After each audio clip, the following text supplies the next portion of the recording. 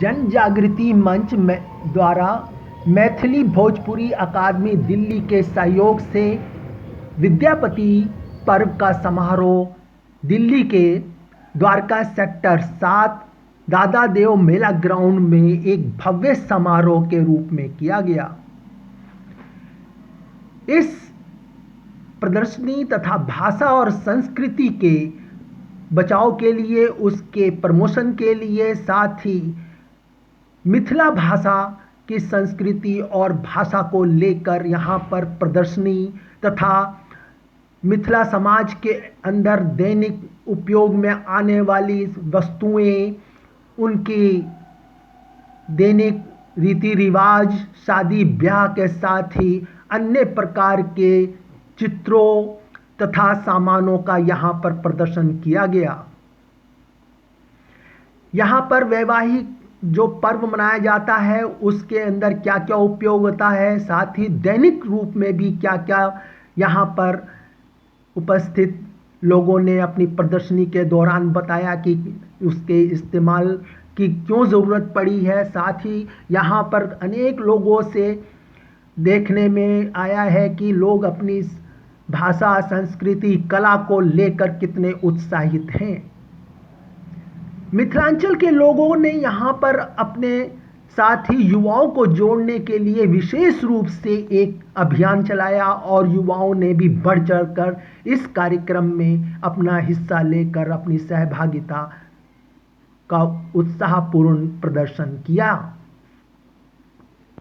Qutub mail संवाददाता आरिफ जमाल ने इस रिपोर्ट के अंदर विशेष रूप से युवा पीढ़ी से इस भाषा को लेकर, मिथिला तथा मिथिला संस्कृति, मिथिला की परंपराओं को लेकर तथा युवाओं की क्या अपनी विचार है तथा वह क्या शहरों में रहते हुए सोचते हैं तथा इसको जोड़ने के लिए उनके क्या क्या भविष्य तथा प्रयास हैं, वह सब जानने की कोशिश की गई है।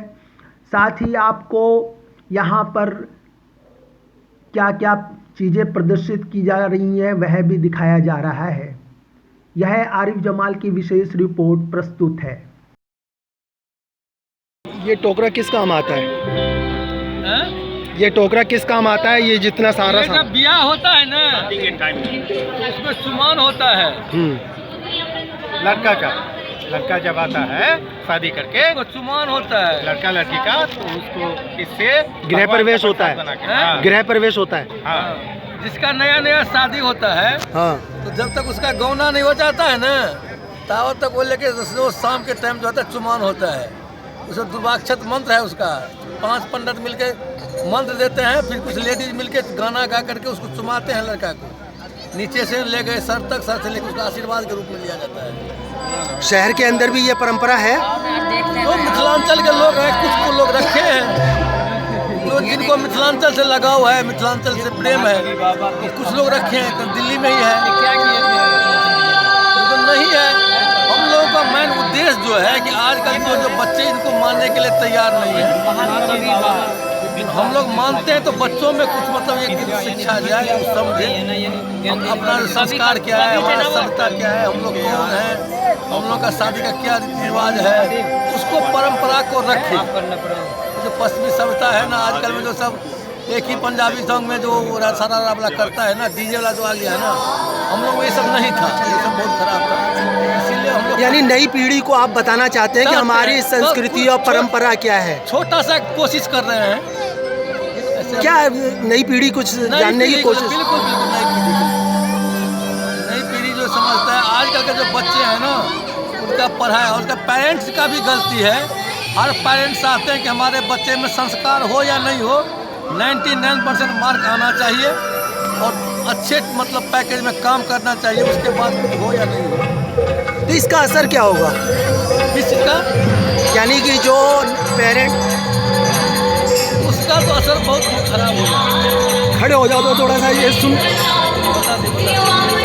इसका असर ये होगा तो धीरे धीरे हमारा जो अपनी परंपरा है, मैथिली संस्कृत का अपना जो परंपरा है मिथिलांचल का, वो न्यू जनरेशन जो आएगा तो भूलता जाएगा।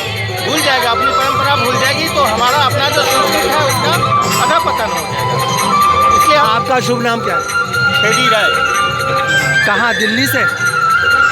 मैं दरभंगा, यहाँ दिल्ली में रहता हूँ। क्या दिखाना चाहते हैं आप लोग? बिहार का कल्चर, उद्देश्य क्या है? ताकि आज आगे की जनरेशन भूले ना हमारा जो बेसिक कल्चर है। नई जनरेशन क्या इस चीज़ को एक्सेप्ट कर पा रही है? करना तो चाहिए, अब एक्सेप्ट करेगी तो अच्छी बात है। जैसे हम लोग भी तो यहाँ खड़े ही हैं सब। नहीं, वो तो आप लोग किसी संस्था से जुड़े होंगे, नहीं, किसी उद्देश्य से? नहीं, किसी संस्था से नहीं जुड़े। हम भी बिहार से ही हैं और हमारे पापा लोग यहाँ पे कार्यकर्ता हैं और हम यहाँ पे हैं। सफलता को कैसे मानती है?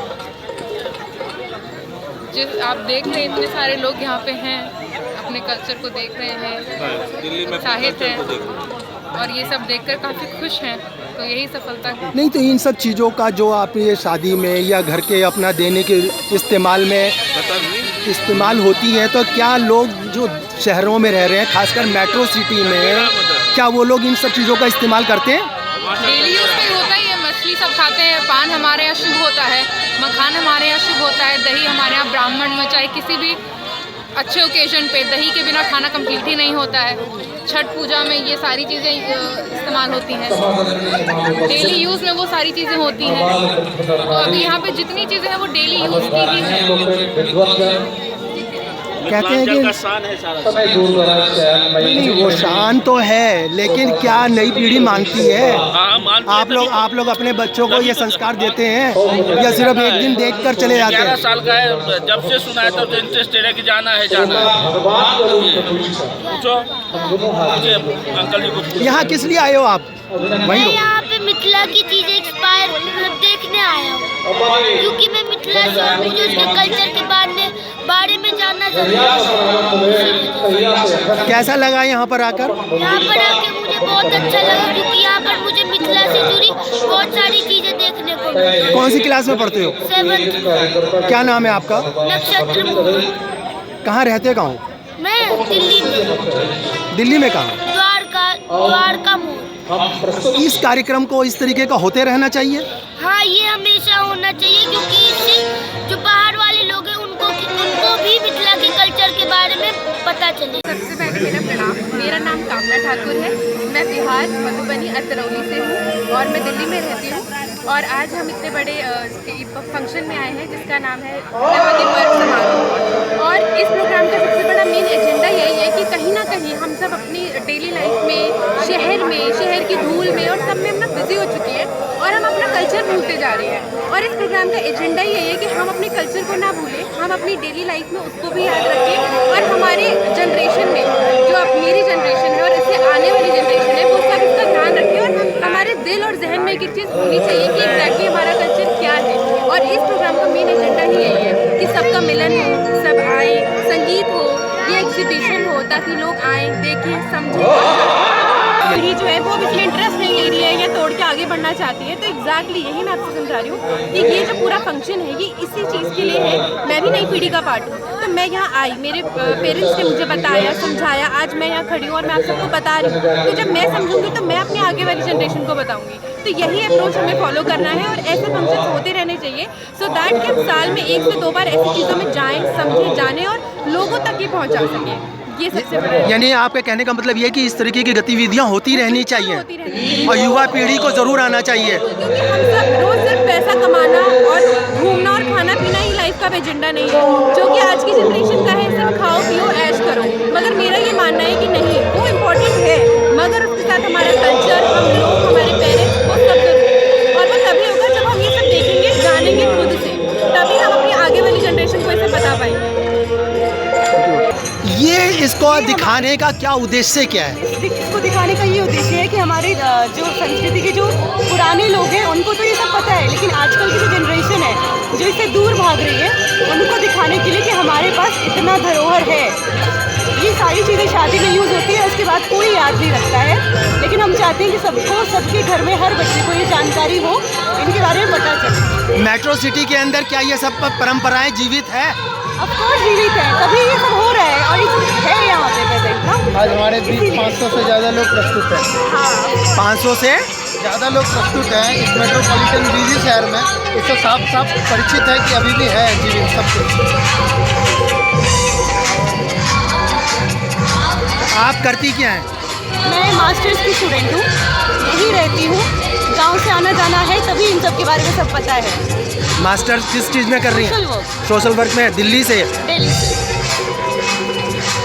क्या जो नई पीढ़ी है, आप नई पीढ़ी की हैं, और अक्सर हम देखते हैं कि लोग अपनी संस्कृति, अपनी भाषा, अपनी परंपराओं को जीवित रखने के लिए इस तरीके की प्रदर्शनी लगाते हैं या कार्यक्रम करते हैं। नई पीढ़ी क्या इन सब चीज़ों को ग्रहण कर पा रही है? इतना जल्दी नहीं होगा, धीरे धीरे अगर सब अपने अपने घरों में लोगों को मैथिली बोलना, जो हमारी मातृभाषा है, और इन सब चीज़ों से इंट्रोड्यूस करवाएंगे तो धीरे धीरे ज़रूर सब कुछ अच्छा होगा और नई पीढ़ी जो है वो भी इन सब चीज़ों को जान पाएगी। कहा यह जाता है मिथिलांचल, जी जी जी। तो ये मिथिलांचल की परिभाषा जो शहर में या मान लीजिए पॉलिटिकल एक माहौल बन गया है, क्या है ये? मिथिलांचल हमारे क्षेत्र का नाम है, जहाँ से हम लोग बिलोंग करते हैं। उत्तर प्रदेश में लखनऊ जगह है, बिहार में मिथिलांचल है। मिथिलांचल में 14 स्टेट्स आते हैं, वो एक पूरा ग्रुप है। 14 डिस्ट्रिक्ट आते हैं, सॉरी शहर में डिस्ट्रिक्ट आते हैं, जो एक पूरा मिथिलांचल बनाता है। और हम इस कार्यक्रमों के माध्यम से बस उसी को आगे बढ़ाने की कोशिश कर रहे हैं। क्या आप लोगों की मांग है मिथिलांचल की? बिल्कुल बिल्कुल है मांग, और हम जंतर मंदिर पे धरना भी करते हैं इसको लेके। मुझे लगता है साल में। नहीं, क्यों मांग रहे हैं आप लोग? क्योंकि लोग अवेयर नहीं है हमारे बारे में। जैसे बिहार है, उसमें बहुत 5 या 6 लैंग्वेज बोली जाती है, भोजपुरी, मगधी, अवधी और एक मिथिला। तो मिथिला को लेके लोग इतना ज़्यादा अवेयर नहीं है, इसीलिए हम चाहते हैं कि मिथिलांचल एक अलग स्टेट बने, ताकि लोग भी हमारे कहाँ से कहाँ तक आपने जोड़ा हुआ है मिथिलांचल को? मुझे इतना ज़्यादा नहीं पता है। 14 डिस्ट्रिक्ट के बिहार में भी है और कुछ डिस्ट्रिक्ट के नेपाल में भी है, बट हम नेपाल को तो मर्ज कर नहीं सकते। तो जो हमारी 14 डिस्ट्रिक्ट है, मेजर रीजन जो है बिहार का, उसको एक साथ रख करके वहाँ से कोई खड़ा होकर के एक मिथिलांचल जोन बनाएगा। क्योंकि मेन प्रॉब्लम है, जितने भी हमारे जो भी सांसद वगैरह हैं, वो लोग ज़्यादातर उस रीजन से जो मिथिला में बिलोंग नहीं करता है। इस चक्कर में वहाँ काम भी नहीं हो रहा है, और लैंग्वेज को जो इतना मीठा लैंग्वेज है, sweetest language of India Maithili बोला जाता है, बट ये प्रसिद्ध नहीं हो पा रहा। आपको पता है बहुत सारे ऐसे लोग हैं जो अभी पता ही नहीं। अगर ये सिंगल स्टेट होगा तो इस पर प्रॉपर काम किया जाएगा, जरूर ये भी पॉपुलर हो जाएगा जल्द से जल्द। ये मिथिलांचल राज्य से क्या मतलब है? मिथिलांचल राज्य से क्या मतलब है? मिथिलांचल एक शुरू से ही मिथिला का क्षेत्र, मिथिलांचल का एक अपना क्षेत्र है जहाँ पे मैथिली भाषा बोला जाता है। कहाँ से कहाँ तक? ये वैशाली से लेकर के और भागलपुर कटिहार तक सब एरिया, उसमें समस्तीपुर, मधुबनी, बिहार, दरभंगा, मोतिहारी, वैशाली, ये सब पड़ता है। हम लोग की इच्छा शुरू से मांग है कि हम लोग का अपना राज्य बने। आज के कार्यक्रम का उद्देश्य क्या है? ये तो हमारे जो मैथिली समाज है उनको इकट्ठा करना, सबको विद्यापति के बारे में समझाना, अपने कल्चर के बारे में समझाना, जो सांस्कृतिक परंपरा चलता रहा है उसको अगले पीढ़ी भी लेके जाए, उसके लिए। आपका नाम क्या है? दीपक चौधरी। क्या संस्था से जुड़े हुए हैं? किस संस्था से? ये जनजागृति मंच। इस पूरे कार्यक्रम के आयोजन के पीछे क्या उद्देश्य है? यह उद्देश्य है कि अपने समाज में सबको जागृत करें। लोग अपना कल्चर छोड़ते जा रहे हैं, कल्चर के बारे में बताएं, अपने विद्यापति जी के बारे में बताएं। वो हम लोग के लिए एक भगवान थे, जो उनका एक से एक स्मरणीय कार्य है, जिसको लोग अपने बच्चे को उनके बारे में बार बार पढ़ेगा, समझेगा, तो अगला जनरेशन भी उसके बारे में याद रखेगा। नहीं लोग मिथिलांचल की संस्कृति, परंपरा और भाषा वगैरह को लेकर यहाँ पर बड़ा प्रमोशन की बात हो रही है, तो क्या इसको नई पीढ़ी मान रही है? हाँ, नई पीढ़ी मान रही, तभी हो रहा है इतना। अभी देखिए यहाँ पे 60% के ऊपर नई पीढ़ी है, तो मान रही तभी है, नहीं तो फिर यहाँ पे नहीं रहते। भविष्य की क्या योजना है? भविष्य की यही योजना है कि अपना जो कल्चर है उसको परंपरागत लेते चले। हमारा पूरा देश में मिथिलांचल ही एक ऐसा जगह है जो आज़ादी से पहले भी कभी भी किसी के शासक के अंदर नहीं आया, क्योंकि वहाँ की जो कल्चर है, वहाँ का जो विविधता है, वहाँ पर जो लोगों में एकता है, वो दूसरे जगहों से अलग है। युवा पीढ़ी को कैसे समझाएंगे? युवा पीढ़ी वो भी देखते आ रहे हैं, हम भी पहले बच्चे ही थे, हम भी अभी युवा नहीं हैं, हमको भी कोई सिखाया है, हम भी किसी को सिखाएंगे, ऐसे आगे चलते चला जाएगा। Subscribe now and press the bell icon. Never miss an update.